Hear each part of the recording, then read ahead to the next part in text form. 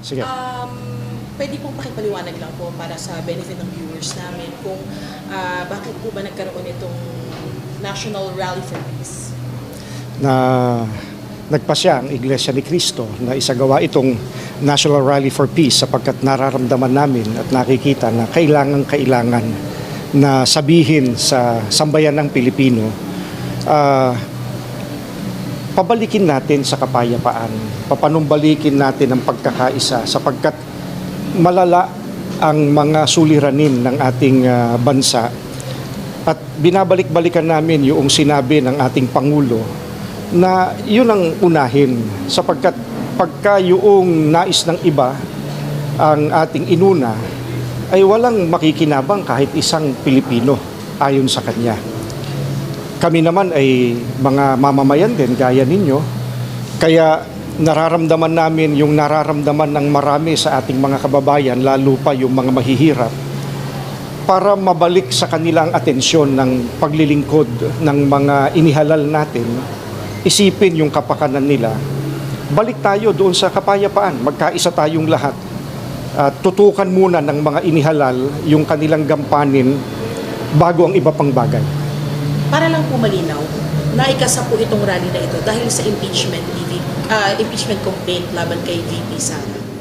Naikasa itong Rally for Peace bunga noong opinyon ng ating Pangulo, ng President Ferdinand Marcos Jr. Nung sinabi niya na, to paraphrase what he said, this will not benefit even a single Filipino. So, yun ang aming panawagan. Let's focus on what benefits every Filipino. Ka-Edwel, yung ibang mga statements po doon sa rally, naging napakamatapang, lalo na po yung sinabi na hindi dapat inuuna ang sarili. Sino po yung pinapatungkulan ng INC? Walang binanggit kanina, wala rin akong babanggitin.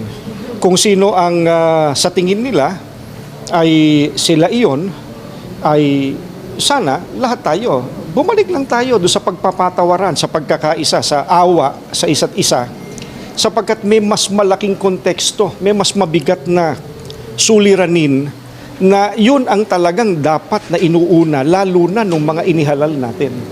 Ngayon, kung sino man yung sa paligay niya, natamaan siya, ay gaya nung narinig natin kanina mula sa Biblia, magpatawaran tayo. Ka-Edwel, sabi po ng ilang mga analyst na ito daw po ay may tuturing na, and I quote them, show of force daw po for VP Sara Duterte habang meron po siya ngayong hindi pagkakaintindihan kay Pangulong Marcos. Ano pong masasabi po ninyo na may ganun pong perspektiba yung mga political analyst po tungkol po sa gathering ng Iglesia? Palagay ko kung nandito yung mga nagsabi noon at napakinggan nila yung mga narinig kanina, makikita nila na hindi iyon ang layunin. Hindi iyon ang hangad ng Iglesia ni Cristo. Ang hangad ng Iglesia ni Cristo na baka nalilimutan ng iba sa dami ng ingay sa paligid, magkaisa tayo, magkaroon tayo ng kapayapaan, sapagkat pag hindi tayo nagkaisa at walang kapayapaan, yung mga problema natin ngayon sa halip na malunasan ay lalong lalala, lalong tatagal. Kailangan na malunasan yung mabibigat na problema. Ka-Edwel, yung Hindi naman po sapagkat sa ilang mga pagkakataon sa nakaraan, pagka kinakailangang magsalita ang Iglesia, alang-alang sa kapakanan po ng ating mga kababayan, ginagawa naman po ng Iglesia ni Cristo. paulit-ulit po yung statements na hindi ito political rally. Yun na rin po yung narinig namin kanina sa mga members tsaka sa nagsalita na hindi ito pamumulitika. Pero we are hoping to influence political decisions. So, paano nyo po dinidistinguish po yun? It's not in support of this or that candidate, this or that political party. It's basically in support of what the President himself said. When he was interviewed, no one was asking whether what he was saying was a political statement. I mean, people took what he said at face value. We're hoping that in echoing what he himself said, people will also accept it at face value. He said it's, if I remember correctly, when he was describing what was happening, it's a tempest in a teacup, if I'm not mistaken. That's what he said. Storm in a teacup. Oh, storm in the teacup, yes. So, What does that mean? It's such a little thing. It doesn't have to be blown up beyond what it is, which is nothing really. We're hoping to call on everyone. Wala naman pala yun eh. E di, pumayapa na tayo. Pumayapa tayo, bigyan natin sila ng chance na trabahuhin yung talagang trabaho nila, mandato nila yun, nung inihalal silang lahat. Wala kaming binapangalanan na this or that person, masama, mabuti, whatever. No. Ang sinasabi lang namin, nasa iisang bansa tayo. If we do not unite, if there is no peace, wala naman tayong pwedeng sabihin, sige, meron pang ekstrang Pilipinas, lumipat dun yung kalahati ng bayan natin or whoever. Ito na yun eh. Magkaisa tayo. Basically, na whether people are going to say that's a political statement or not, it's a question of perspective perhaps. It's a question of opinion. Basta sa amin, hindi siya political.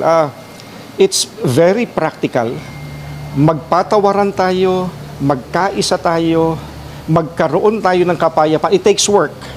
But if we're all willing to go back to those basic principles, decency in our relationship with each other, peace in our relationship with each other, hopefully things are going to get better.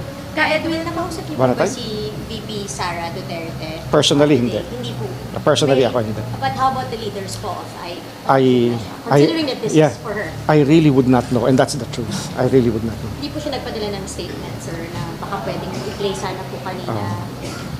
Again, in all honesty, wala akong alam doon kasi ibang bagay ang inaasikaso ko the whole day. Pasensya na. Sir, the stance of the INC has been very clear. Is it fair to say that politicians, particularly candidates in the 2025 elections, who would not heed the call for unity and pursue impeachment raps, would face repercussions or at least not enjoy the support of the INC? I really cannot guess how the members or the leadership of the INC would deal with someone or anyone who would feel that way or do what you just described. No? Let's just leave it at this. Nanawagan ng Iglesia ni Cristo na magkaroon ng kapayapaan kahit na ang dating niya parang siramplaka na sa inyo. Nananawagan kami ng kapayapaan dahil sa yun ang naririnig namin kahit sa hindi namin miyembro eh. So, kung kung ano pang iniisip nila, kung talagang nakikinig sila sa sinasabi ng ating mga kababayan, hopefully, pahalagahan nila yon, yung sinabing iyon, na baka naman pwede, magkasundo tayo pare-pareho, baka naman pwede magkaisa tayo, baka naman pwede magkaroon ng kapayapaan. Wala namang dapat pag-awayan kung tutuusin eh. Wala namang dapat na dahil lang sa ganito o ganyang issue ay magkasira-sira tayo. Sana man lang kung pagka hindi nagkaroon ng kasunduan, 2 tao lang ang involved, 3 tao lang involved. Hindi eh. Buong Pilipinas, buong bayan natin ang involved eh. Sir, yung presence ng politicians dito, take us through. Did you invite them? They present themselves to be here? Ano po ba yung insinuation ng presence nila dito? Well, for one thing, we said this is open to the public and they're still part of the public. We did not invite specific people, specific persons, specific politicians, specific groups to come. No, we just said this is open to everyone who believes in what we are going to be saying to the public, which is let's unite again, let's have peace. Sir, just to clarify, wala pang ine-endorse ang INC na kahit sinong tatakbo for the midterm elections? Wala kaming ganun. And siguro magandang i-address natin yon. The Iglesia ni Cristo has never endorsed anyone. When we unite to vote, kami-kami lang ang nag-uusap eh. We don't really involve those outside the Iglesia ni Cristo anyway. So, it doesn't really affect anyone. No? Kami-kami lang ang nag-uusap. Ka-Edwin, kadikit po kasi nitong mga impeachment traps yung investigation sa corruption and misuse of public funds. Kasama po ba sa call ng Iglesia ni Cristo and yung sinasabi natin na kapayapaan or call for peace, yung pagpapatigil nitong investigations na ito? Kung napansin ng mga sumubaybay kanina, merong isa tayong nagsalita na abogado rin naman siya na sinasabi niya, basically, to paraphrase what he said, para magkaroon ng kapayapaan, kinakailangan na ipatupad ang batas. Kung walang batas, walang kapayapaan. O kung may batas man pero hindi ipinatutupad yung sinasabi ng batas, hindi pa rin magkakaroon ng kapayapaan. So, kami, gaya nung narinig kanina sa panawagan, sa entablado, sa stage, kung ano yung sinasabi ng batas, sige, bakit naman hindi? Pero kung hindi nasusunod yung sinasabi ng batas, sana yung mga nakakaintindi, step back. Diba? Baka nalalabag na natin na hindi natin namamalayan. Ka Edwin, Opo. kung ito po ay isang generic call for peace, bakit po kinailangan pang pangalanan ng INC si Sara Duterte sa panawagang ito? Kasi nga ang starting point ay yung sinabi ng presidente mismo natin. No, so since doon nagsimula ang lahat, kinakailangan ilagay natin sa konteksto yung pag-uusap. So is it not possible to just pray for peace, period, without the political context? Well, again, no, not again. Yes, we do pray for peace. Every time we congregate, that's part of the prayer of the Iglesia ni Cristo. This time around, we felt that it's needed to call the attention of people. Why did I use the word again kanina in answering you? I understand that some would think this is political, but it's not. As far as we're concerned, it's not. It's something moral, actually. It's something that all of us are morally bound to uphold.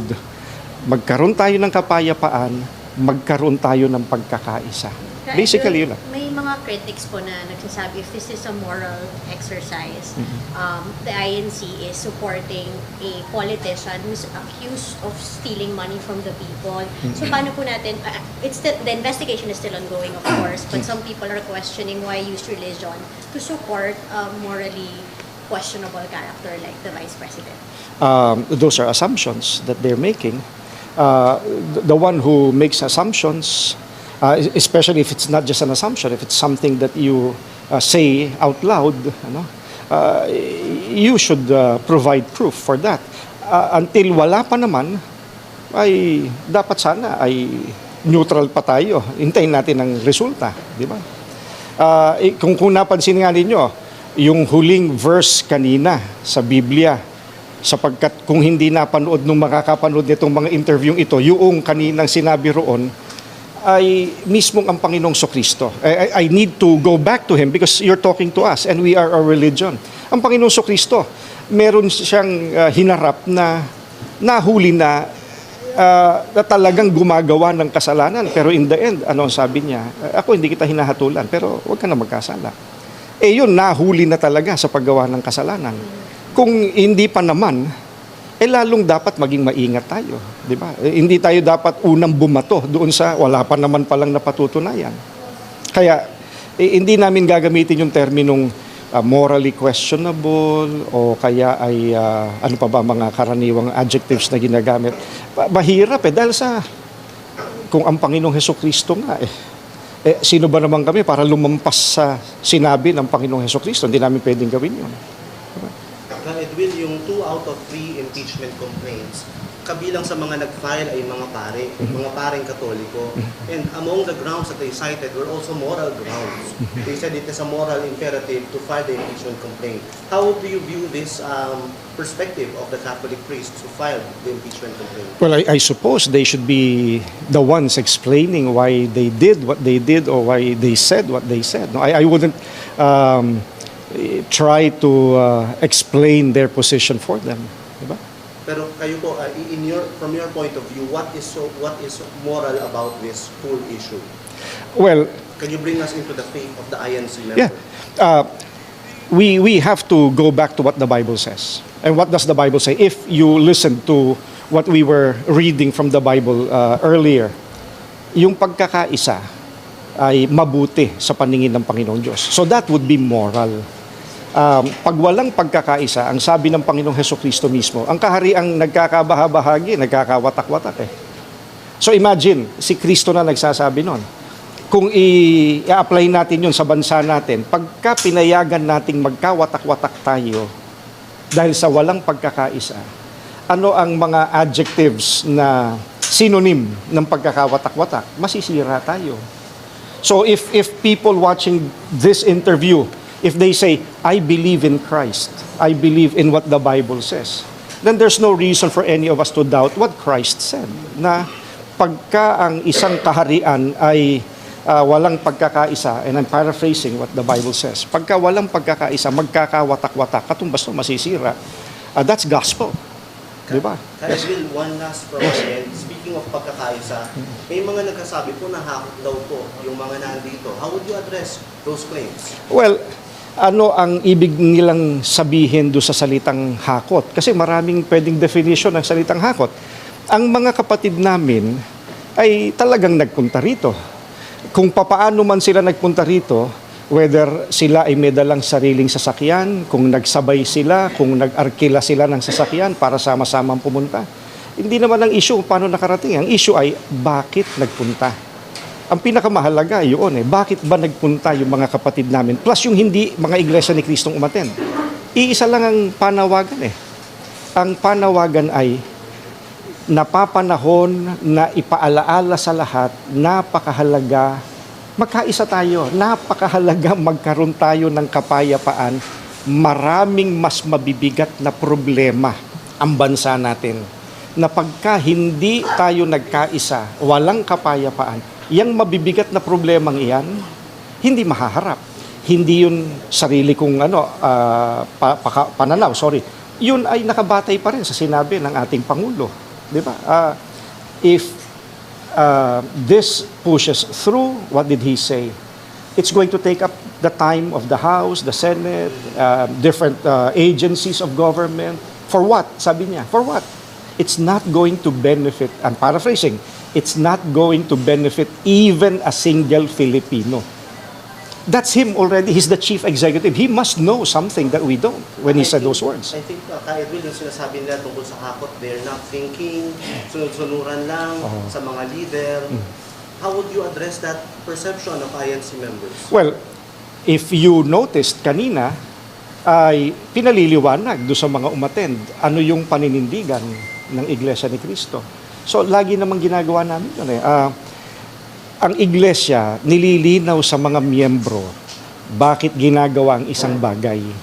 Beforehand, pagkakaisa, kapayapaan, alam ng mga kapatid yan sa loob ng Iglesia ni Cristo. Bukal sa loob nila. Oh yes, kasi wala namang magsasabi sa kanila na pag hindi ka pumunta ay ganito o ganoon. Wala namang ganoon Otherwise, yung mga napuyat dyan at nagutom, yung iba, kung nagutom man, nauhaw, kung meron man, naambunan ng kaunti, nag-uwian na sana. Di ba? Sapagkat nakita naman ninyo, no one is going around checking attendance. No one. You came, you stayed, marami pa nga nasa labas hanggang ngayon So, kung yun ang definition ng salitang hakot, I doubt very much kung yung crowd na nasa labas, they would agree na sila ihinakot. Salamat, sir. Maraming salamat sa inyo. Salamat po. Thank you po.